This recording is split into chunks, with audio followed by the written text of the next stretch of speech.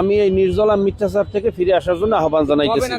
এটা শান্তি বিনষ্ট হবে, কাজে আমরা কোনো আসন দাবি করি নাই। আমরা আলোচনার ভিত্তিতে যাকে যেই আসনে যে বেশি আগানো আছে তাকেই আমরা সেখানে আমরা দেখেছি যে বিজয় করবে। ইসলামীর প্রার্থী জনাব আব্দুল জব্বারকে ইসলামিক জোট থেকে সমর্থন দেওয়া হয়েছে। আমরা এটা সংবাদ মাধ্যমেও দেখছি, অনেক নেতাদের থেকেও শুনছি যে সে 10 দলের প্রার্থী তাকে ঘোষণা দেওয়া হয়েছে।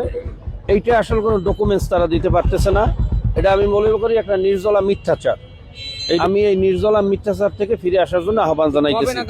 এটা শান্তি বিনষ্ট হবে, কাজে সমঝোতার ব্যাপারে যদি বরিশাল 4 শরীকদের অন্য কাউকে দেওয়া হয়, সেক্ষেত্রে আপনাকে কি মাঠে মাঠে গণসংযোগে পরবর্তী দেখা যাবে? অবশ্যই যদি আমাদের কেন্দ্র থেকে এরকম সিদ্ধান্ত আসে অন্য কাউকে দেওয়া হয়েছে, অবশ্যই আমরা যেহেতু ইসলাম দেশ ও মানবতার কল্যাণে কাজ করতেছি, এখানে কে প্রার্থী দেখার বিষয় না। আমাদের এই নীতি আদর্শের সাথে যারা একমত থাকবে আমরা তার সাথে কাজ করতে রাজি। আপনারা আগে থেকে দেখছেন আমরা ক্ষমতার রাজনীতি করি না। আমরা যদি ক্ষমতার রাজনীতি করতাম অনেক আগেই ক্ষমতার অংশীদার হতে পারতাম। এটা সর্বস্বীকৃত।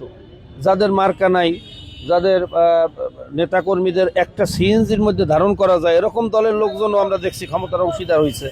সেখানে আমাদের বাংলাদেশের প্রত্যেকটা গ্রামে, প্রত্যেকটা ইউনিয়নে আমাদের সংগঠন রয়েছে।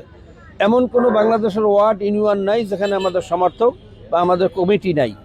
কাজে সেখানে আমাদের তো ক্ষমতার অংশীদার হওয়ার অনেক আগেই সুযোগ ছিল, এখনও আছে, বিভিন্ন অফার আসতেছে, কিন্তু আমরা নীতি আদর্শ বিসর্জন দিয়ে আমরা কোনো ক্ষমতার অংশীদারিত্ব হব না। আচ্ছা, আপনারা পিআরের আবিষ্কার, কিন্তু পিআর ছাড়া নির্বাচনে যাবেন না, হঠাৎ করে এমন কি হলো?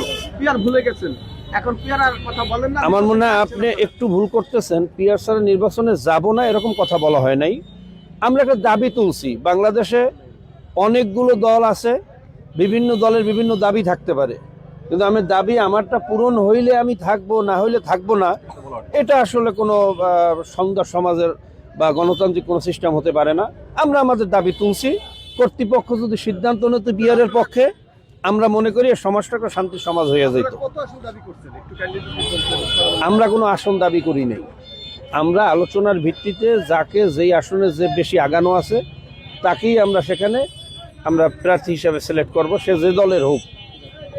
আর একটা চাহিদা চাওয়া হয়েছে, আমাদের এ গ্রেডের কতগুলা আসন রয়েছে, সেখানে আমরা 143টার আমরা একটা লিস্ট তৈরি করছিলাম যে এই কয়টা আসনের মধ্যে আমাদের প্রার্থীরা অনেক বেশি আগানো, তাদের সাংগঠনিক মজবুতি অনেক মজবুত।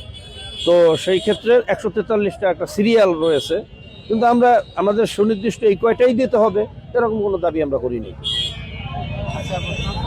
আর কোনো প্রশ্ন আসে?